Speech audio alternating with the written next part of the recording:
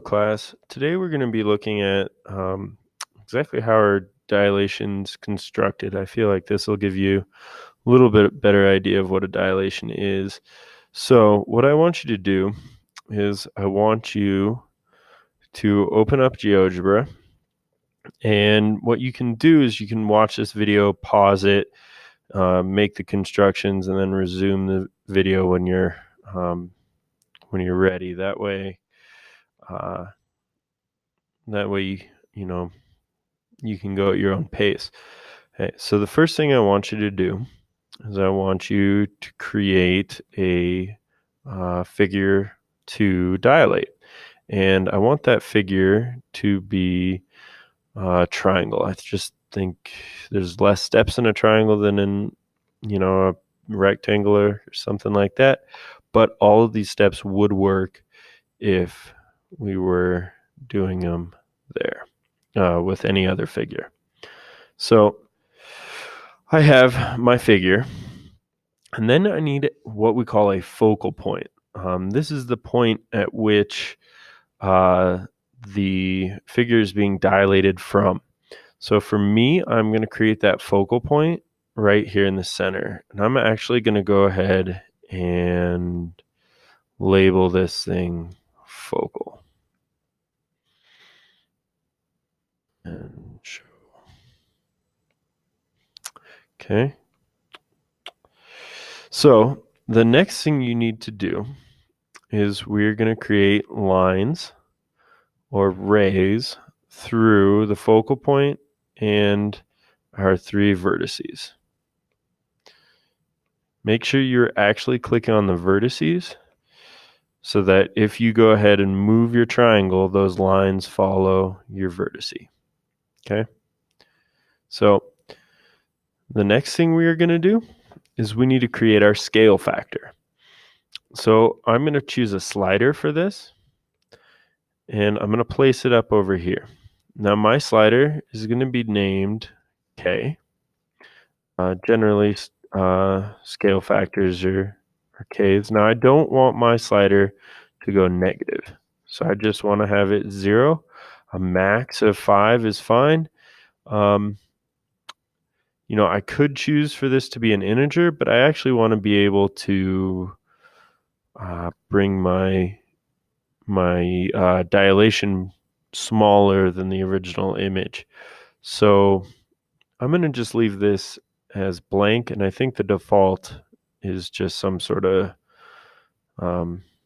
whatever the lowest amount of increment GeoGebra will do.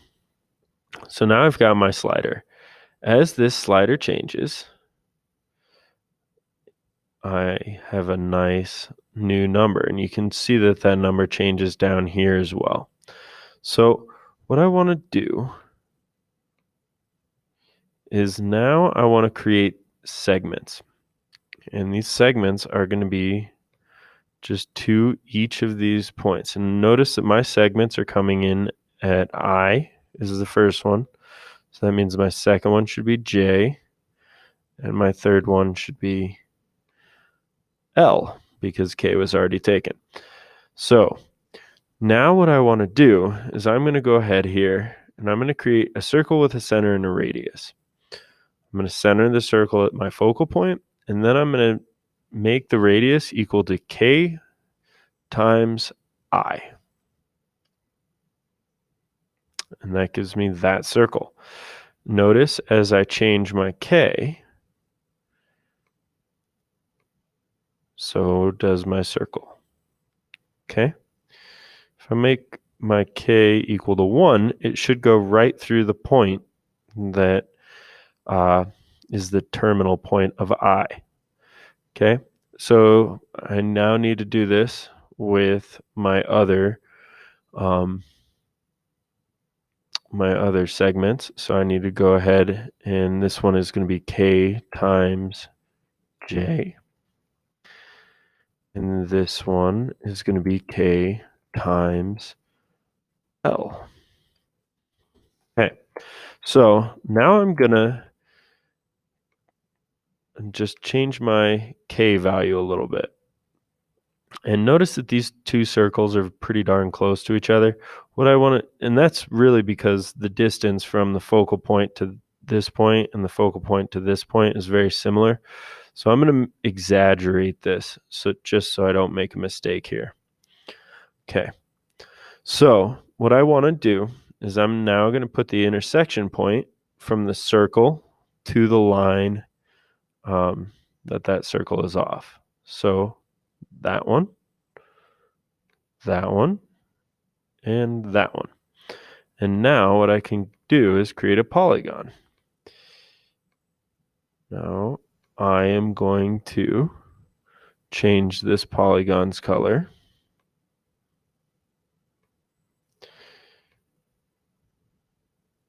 to green. And might as well make this one purple. All right. So here I have a construction of a dilation. I can now, in